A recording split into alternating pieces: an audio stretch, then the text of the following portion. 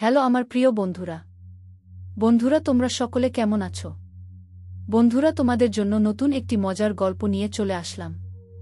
বন্ধুরা গল্পটি না টেনে শেষ পর্যন্ত দেখলে আপনাদের দাঁড়িয়ে যাবে, আপনার পাইপ দিয়ে পানি পড়বে এবং আপনি হাতের কাজ করতে বাধ্য হবেন।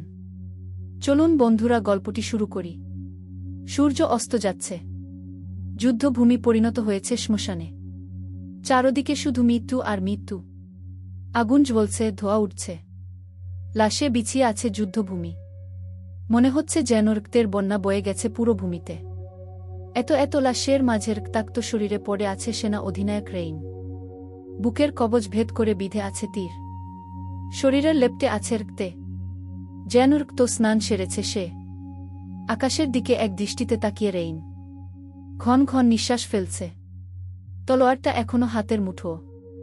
এর মধ্যেই অন্যান্য সৈন্যরা রেইনকে খুঁজতে শুরু করেছে। পায়ে নিচে মানুষগুলোকে পিষিয়ে হাঁটতেও যেন দ্বিধাবোধ করছে না তারা। অবশ্য বিরোধী দলের জন্য তো আর কেউই নিজের মনে সহানুভূতি রাখবে না। তারা ডেকে যাচ্ছে রেইনকে একাধারে, কিন্তু তাদের ডাকে রয়েছে সম্মান, স্বরে রয়েছে গর্ববোধ। সেনাপতি, সেনা অধিনায়ক রেইন সে। তার জন্য শত্রুদের মনে যেমন ভয় রয়েছে, তেমনি নিজের মানুষদের মনে রয়েছে সীমাহীন ভালোবাসা, সম্মান। অবশ্য সাধারণ একজন নাইট থেকে সেনা অধিনায়ক হওয়ার পথটা সহজ ছিল না। নানান চড়াই উতরাই পেরিয়ে অবশেষে এই পদ অর্জন হয়েছে তার। কিছু পেতে হলে অবশ্যই কিছু হারাতে হবে, কি এই নিয়মটা বাদ যায়নি রেইনের জন্যেও? তাকেও যে হারাতে হয়েছে কত কিছু। বেছে নিতে হয়েছে অভিশাপ। যে অভিশাপ বয়ে বেড়াতে হবে তাকে আমৃত্যু। রেইন ক্লান্ত চোখে আকাশ পানে তাকিয়ে। বেঁচে থাকার ইচ্ছে শক্তিটুকুও যেন লোপ পাচ্ছে ওর। সে যে নিজের দায়িত্ব পূরণ করে ফেলেছে। একা হাতে হাজারো শত্রুর শিরধর থেকে আলাদা করেছে। নিজ ভূমিকে শত্রুমুক্ত করেছে। তার দায়িত্ব তো এখানেই শেষ হয়ে যাওয়ার কথা। চোখ জোড়া যেন বুঝে আসছে ওর। শরীরের শক্তি ধীরে ধীরে যেন কমে আসছে। নিজেকে কমজোর লাগছে। সূর্য অস্ত যাওয়ার সাথে সাথে চাঁদেরও আগমন ঘটছে। ওইয়ে দেখা যাচ্ছে সরু এক ফালি চাঁদ। ধীরে ধীরে অস্পষ্ট থেকে স্পষ্ট হচ্ছে অম্বরে। রেইন পলকহীন দৃষ্টিতে তাকিয়ে থাকে চাঁদটার দিকে। হঠাৎই চাঁদের মধ্যে ভেসে উঠে প্রিয় মানুষটির মুখ। তার ছলছল নয়ন জোড়া, কাপা কাপা ঠোঁট। কানে ভেসে আসে কম্পিত কণ্ঠে বলা সেই কথাটুকু, আমি অপেক্ষা করব তোমার জন্য। তোমাকে ফিরে আসতে হবেই। আচমকাই যেন সমস্ত ক্লান্তি শরীর থেকে উধাও হয়ে গেল ওর। বেঁচে থাকার অদম্য ইচ্ছা আবারও ফিরে আসল। কম্পিত ঠোঁট জোড়া নড়ে উঠল ওর, অস্ফুট স্বরে বলে উঠে, আমার প্রিন্সেস। একটু অপেক্ষা আর ফিরছি আমি তোমার কাছে খুব শীঘ্রই। কথাটুকু বলেই রেইন তলোয়ারটা শক্ত করে ধরল, তারপর সমস্ত শক্তি দিয়ে তলোয়ারটা উপরে তুল। সৈন্যরা রেইনের তলোয়ার উঁচুতে দেখেই বুঝে যায় ও কোথায়। ছুটে আসে তারা।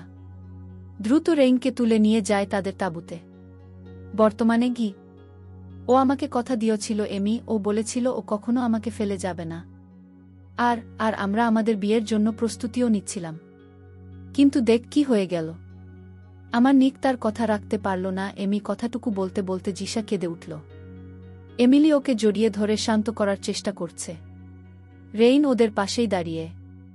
জিসার বলা কথাগুলো যেন ওকেও ততটাই কষ্ট দিচ্ছে, নিজের অতীত মনে করিয়ে দিচ্ছে বারংবার। লিলি বাসায় ফিরেছে অনেকক্ষণ হল, কিন্তু বাসায় এসে কেমন যেন চুপচাপ হয়ে আছে ও। কোনো বিষয় নিয়ে যেন বেশ ঘাবড়ে আছে মেয়েটি। ফিরার পর থেকেই নিজের কামরায় চুপটি করে বসে আছে লিলি। ওর সামনেই ডায়েরিটা রাখা। লিলি কিছু লিখেছে ডায়েরির পাতাটায়। যখন আমার আকাশে শুধু বৃষ্টি ছিল, রোদ হয়ে এসেছিলে তুমি। যখন চোখে শুধু আমার অশ্রু ছিল, ঠোঁটে হাসি হয়ে এসেছ তুমি। লেখাটা অবশ্য আজকের নয়। সেদিন আরনকে ভাবতে ভাবতেই লিখে ফেলেছিল এমন কিছু লিলি। জানালা দিয়ে হাওয়ার ঝাপটা আসতেই পাতা উল্টে যায়। লিলি হাঁটু ভাঁজ করে দুহাত হাঁটুতে ভর দিয়ে মাথা নুইয়ে আছে। মনের মধ্যে অদ্ভুত এক ঝড় চলছে ওর।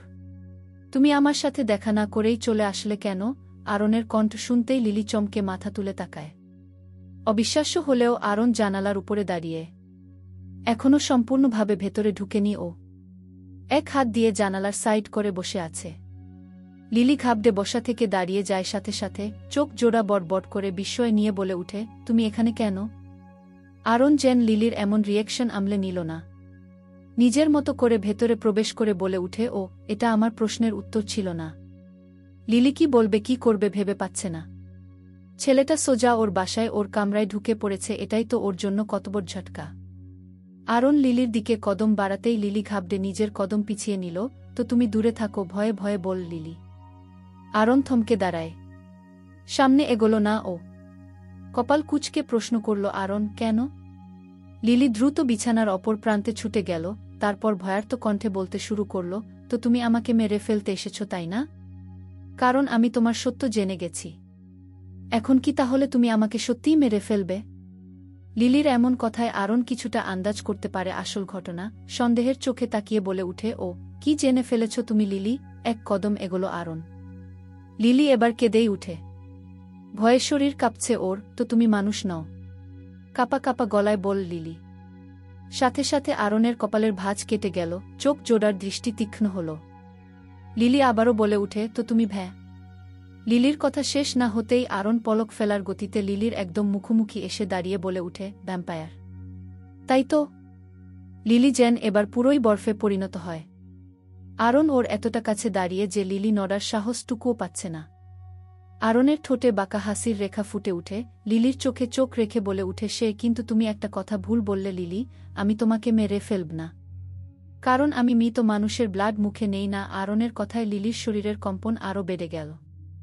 চোখ দিয়ে অবাধে জল গড়িয়ে পড়ছে ওর।